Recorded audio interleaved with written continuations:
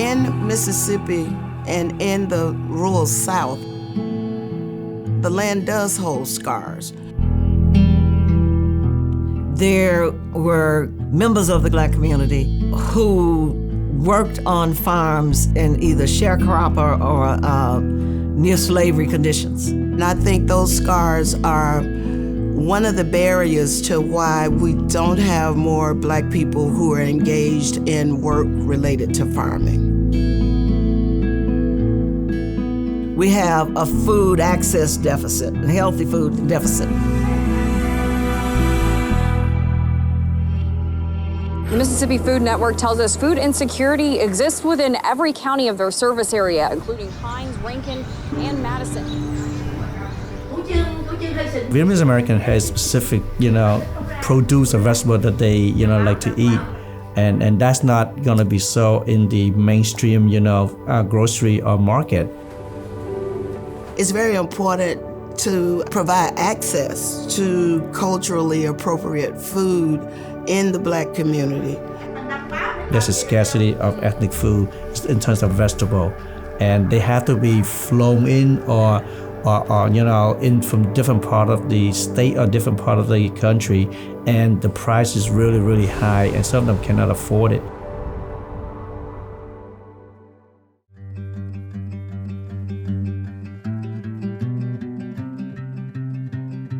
Each tribal communities, we don't actually have any accessibility to like local grocery stores. Choctaw Fresh, like I said, from seed to the day it's delivered, we handle it all. So everything that we grow for each of the high tunnels, I think we have a total of 16 high tunnels now, comes from this one little small greenhouse. And as the farmer, we know the importance of getting fresh local produce to the families. And not only getting it to them, but showing them where it comes from. And then that's a way for us to kind of interact with our tribal members to kind of learn how their family used to farm and taking those key aspects of what they used to do back into these new generations.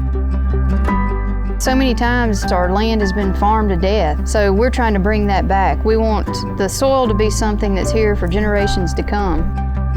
If a child is hungry, they're not going to think better in school. So I feel like if you're able to grow your own food and then you're able to eat it, you're going to do better in school.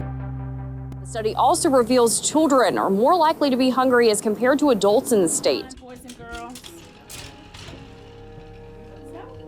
Parents don't have time to cook all the time. So they're all often getting fast food. Well, here, you have to give them their vegetables, their protein, their breads. I think the work that we're doing helps children and families thrive because children are getting fresh produce. They're learning to eat it where in many instances they would not have had that exposure. And eventually, once we get our school garden and we're able to grow things and we bring them in, and we'll be one day having farm to table at lunchtime. So I love it. Use your spoon, turn your spoon right. Use your spoon, that's all.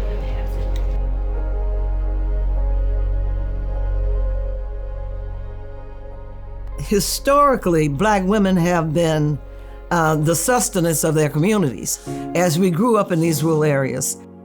So much of what we are consuming is controlled by so few people that it's structurally difficult to break into a market like that unless you can aggregate.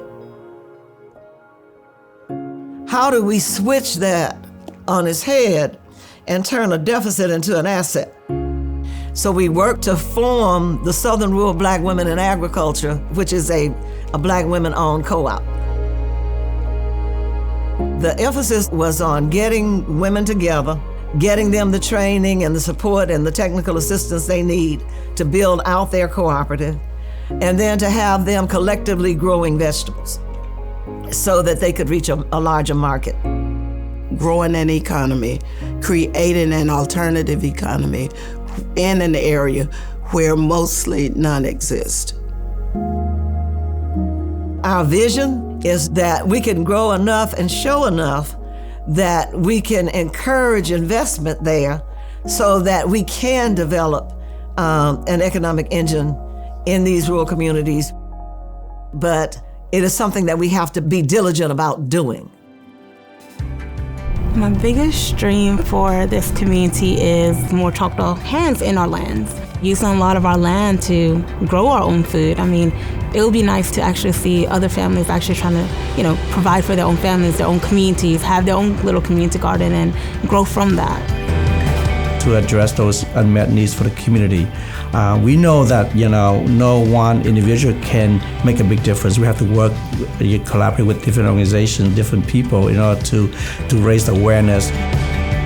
My dream is to regenerate the soil, to leave something behind that you can't buy, and to feed as many people as possible. To train young people in the industry so that once all the money is spent, they've got skills that they can use where they live. So it is about small business. It is about women-owned business. It is about generational change and planning generational opportunity. Making sure all kids and all families are able to have the opportunity to eat healthy. We can work with each other, and we can continue to not only survive, but to thrive.